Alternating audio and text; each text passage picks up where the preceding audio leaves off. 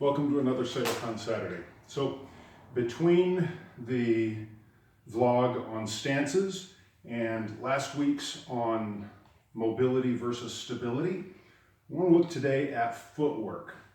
So when to move our feet and how much. Basically, there are only a couple or three different ways to move your feet and then variations on that theme. So in normal walking, we would push off the back foot, propelling the center of our gravity forward, and as it goes forward, catch ourselves on the next foot and push off, and so forth, and the process continues.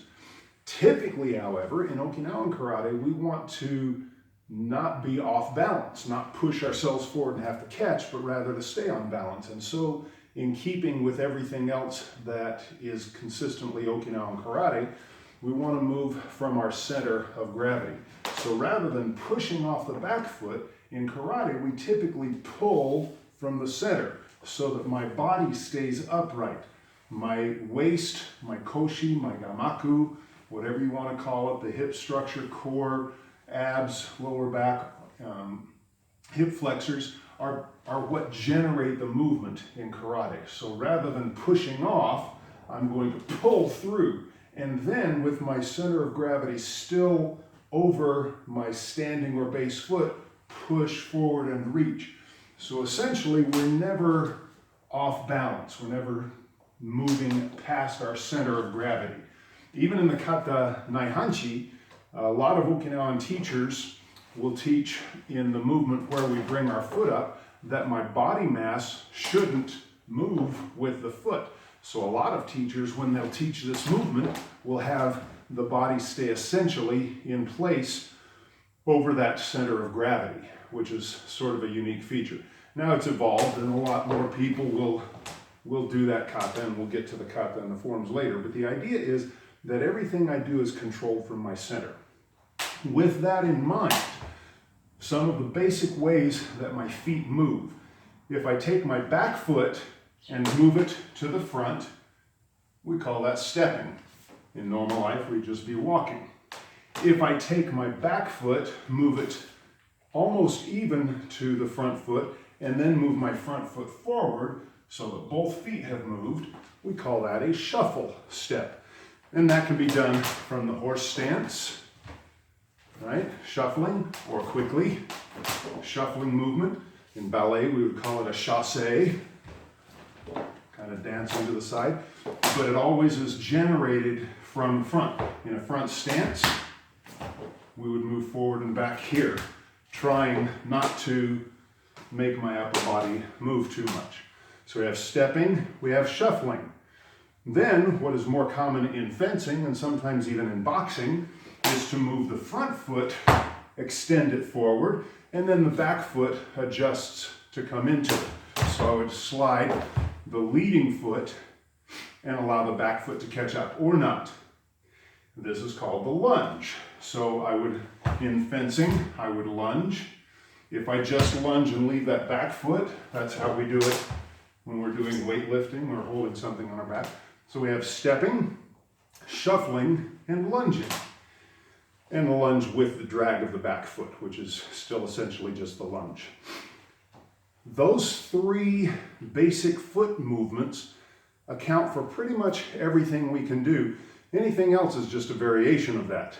Even the crossover step, for example, if I'm facing this way in a sideways fighting stance and I cross behind my foot, say coming up to kick, that's a step, and then another, my attack or whatever it would be. It's basically just two steps when I cross my feet. Shuffling does not cross my feet. We can step in a cross stance. That's still a step. We see this maneuver in Anaku and Seisan kata. So if we combine those three steps with the concept of stance and then understanding mobility versus stability, if I take last week, for example, where I step back into my defensive posture, but then I'm slightly out of range for my counterattack, I can make a lunge step in my shikodachi. If I step to the side into my kibarachi, and then I'm slightly out of position or he's moved past me, I can do a shuffle step to go into the proper distance. So my footwork allows me to adjust my distance. So let's say Everlast Sensei here, my good training partner. I'm in range, he attacks, he's at basically the same arm's length range, steps at me, I block. But now, notice I can't reach him because of where I've stepped. But without wasting too much time, after I block, I can simply take a short lunge step.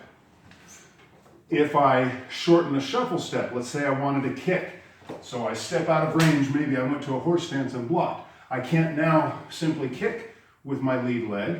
I can come around with a back leg, which is kind of slow, but I can also do a short shuffle to put me in range for my kick.